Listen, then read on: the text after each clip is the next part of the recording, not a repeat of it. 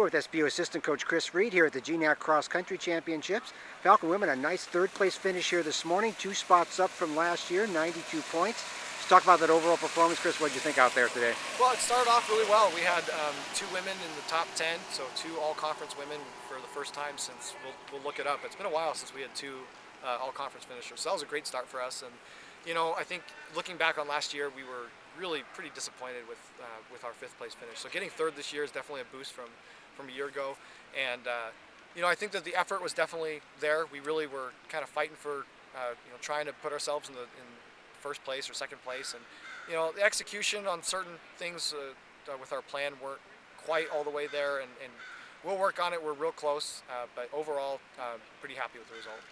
And let's start with those 2 top 10s. Mary Charleston, Sarah McDonald, 4th and 6th. Yeah, that's great. I mean, they both, we've talked about it all season, and they've both been, you know, so consistent and so good all year. You know, surprisingly, this is actually Sarah's first race. She hasn't finished in the top 5 in a race. I mean, so that shows you what kind of season she's had. And Mary did a great job putting herself in a good position and outkicked Joyce Chalimo at the end, and we all know how good Joyce is. And so that was a huge boost for Mary. They both ran great.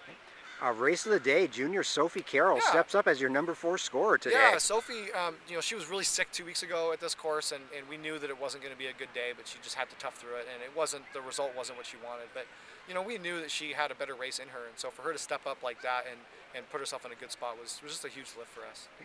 Going forward, now you got 2 weeks to prepare for regionals. What's your mindset heading into those 2 weeks? Well, I think we definitely feel like we've got a good chance to advance to the NCAA championship. I mean, we feel like there's 3 or 4 teams in this conference that have a chance to go to the NCAA meet. And so, you know, finishing 3rd today puts us in a good position. And I think that, you know, if we run with the same kind of effort and we just do a little better job of the execution in the first 2K and put ourselves in a good position where we need to be early in the race, then I think we could do even bigger things than we did today. And this team has a nice reputation of doing well at regionals. They're pulling out some big races at that meet. Yeah, I mean, last year was a great example of that. We were 5th at the conference meet, and so the idea of trying to get top 5 at regionals was really daunting, and yet this team stepped up and did that. And they were, I think, the 3rd GNAC team at the regional championship. And so if we take the same model and say, hey, we were 3rd at GNACs today, can we be the 1st or 2nd GNAC team at regionals? That's a great goal for us. And some thoughts on the men's race as well today. Yeah, the men had a disappointing day, I think.